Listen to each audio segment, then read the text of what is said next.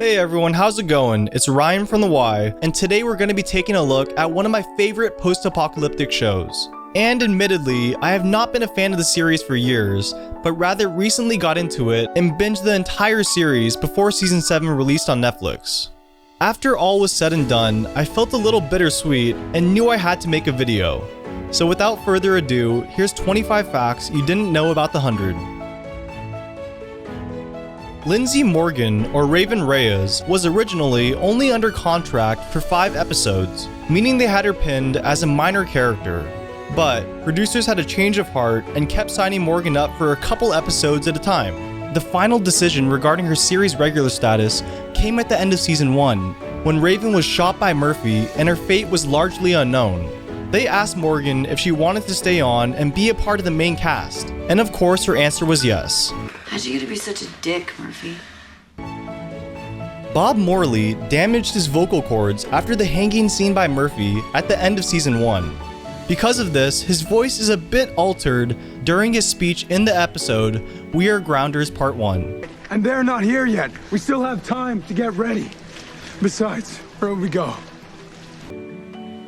At the start of the series, Octavia was only 17 years old, while in the books she was 14. That's pretty crazy considering the fact that Marie Avgeropoulos was 28 during the filming of the first season. The Grounder language of Trigodosling was created by David J. Peterson, the same man behind both Dothraki and Valyrian in Game of Thrones, as well as the Dark Elf language in Thor: The Dark World. You gon' play stay on. Ricky Whittle's feud with Jason Rothenberg got so toxic that Whittle asked for Lincoln to be killed off prematurely.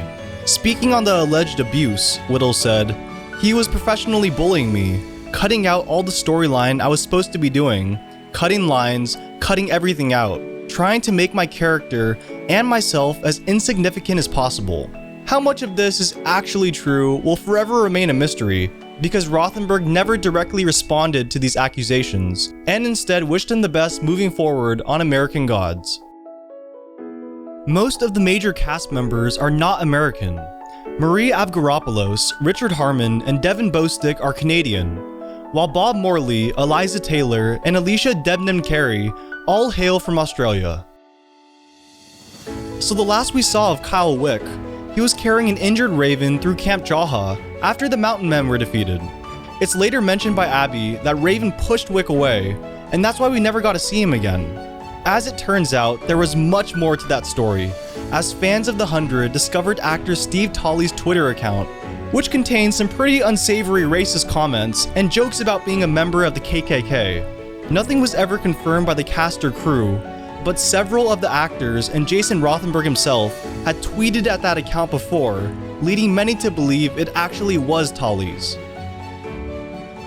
The episode Anaconda was actually a backdoor pilot to Jason Rothenberg's new prequel show, The 100: Second Dawn. It's still in the air as to whether or not the idea will ever be picked up, but the story would focus on Callie and Reese Cadigan and her goal to cure as many people as possible so they can live their lives on the ground.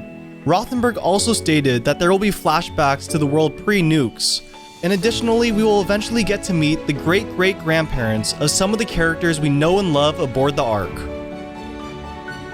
If you're a big fan of The 100, then I'm sure you already know this, but Bob Morley and Eliza Taylor got married in June of 2019. They've since bought a house and a farm in Australia and are living their best lives. The pilot episode starts in the year 2149, and by the time they all awake from cryosleep in season 6, the year is now 2281. Filming for The 100 started before the first book was even released.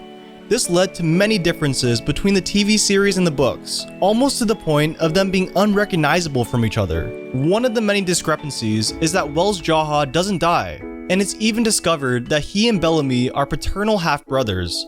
Clark and Wells also have a romance in the novels, but later break up, which paves the way for Bellamy and Clark to get together. Maybe the biggest difference between the books and the show is that Finn, Raven, Murphy, Monty, and Jasper don't exist at all in the books. Don't do this to me, please. Say you love me, or you will regret it, Monty. Many of the 100 actors have directed episodes of the show.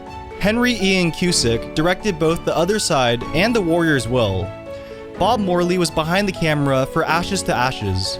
Jessica Harmon did A Sort of Homecoming, and Lindsay Morgan directed The Queen's Gambit. There was a huge uproar within the LGBTQ community over the death of Lexa by her right-hand man, Titus. Speaking on the matter, Rothenberg said, "Lexa was a meaningful character to our fans, especially LGBTQ fans, and I knew it would be emotional. What was unexpected was the level of outrage that is generated from some people, but I do think I have come to understand that."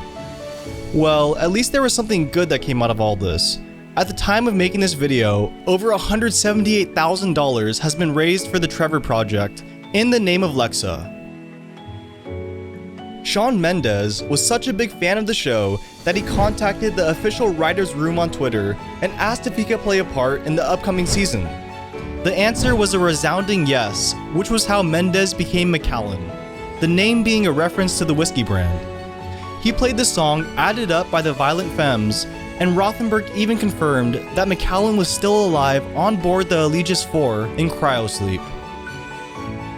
Speaking on the final season, Marie Avgeropoulos explained that they finished filming the day before the coronavirus lockdown, and how it was pretty bittersweet that no one really got to say their goodbyes.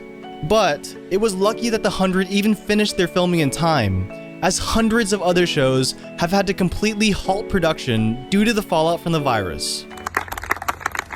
It's like, this show was amazing to work on, but because we got to work with you guys every day, that was the best thing, to come to work with every single person here, because you're such special individuals. So to make something like this with good people just means everything. So 7 years is crazy. I love you guys. We love you, Justin. Here's a map of the 100 throughout the first 5 seasons. In the first season, the main location is the dropship, or the delinquents camp, which is somewhere in the Blue Ridge Mountains of Virginia. The second season introduces a lot of new points of interest, including Camp Jaha, or Arcadia, Tone DC, and Mount Weather. Mount Weather is a real-life civil command center, which makes it easy to place. Tone DC is just Washington DC, while Arcadia is approximately 15 miles southwest of the dropship.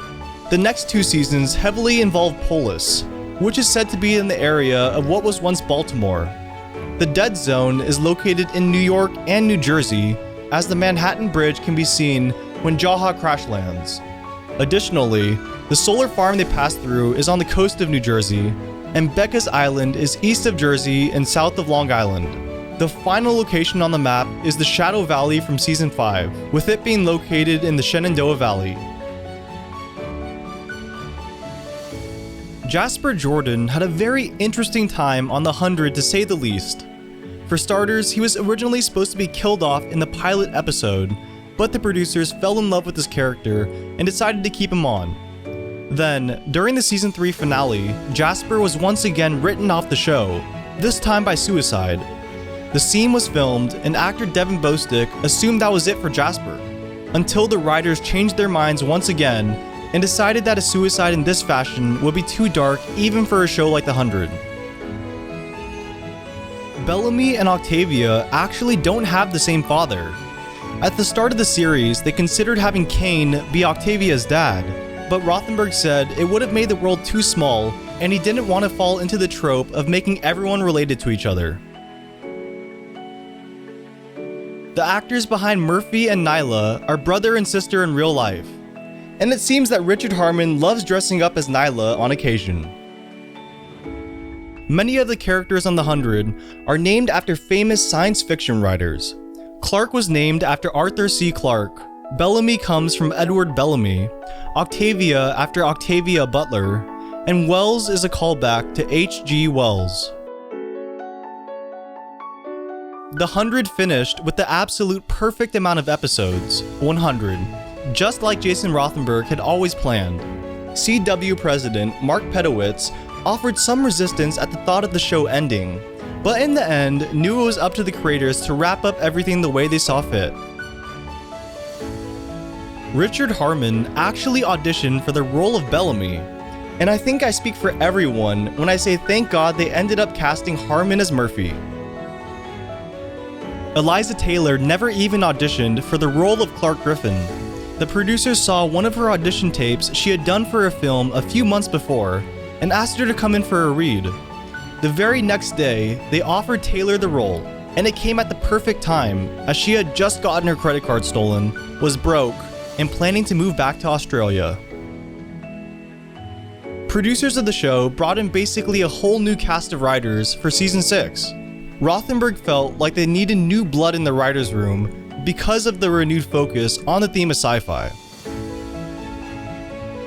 The actress behind Bellamy and Octavia's mom Aurora, Monique Ganderton, was only 4 years older than Bob Morley and 6 years older than Marie Avgeropoulos. Ganderton has gone on to focus more on becoming a stunt coordinator and stunt double instead of an actress in recent years, and was even the first female stunt coordinator for Marvel Studios with her work on Infinity War. Thank you all so much for watching. I hope everyone has an awesome day, and be safe out there till we meet again.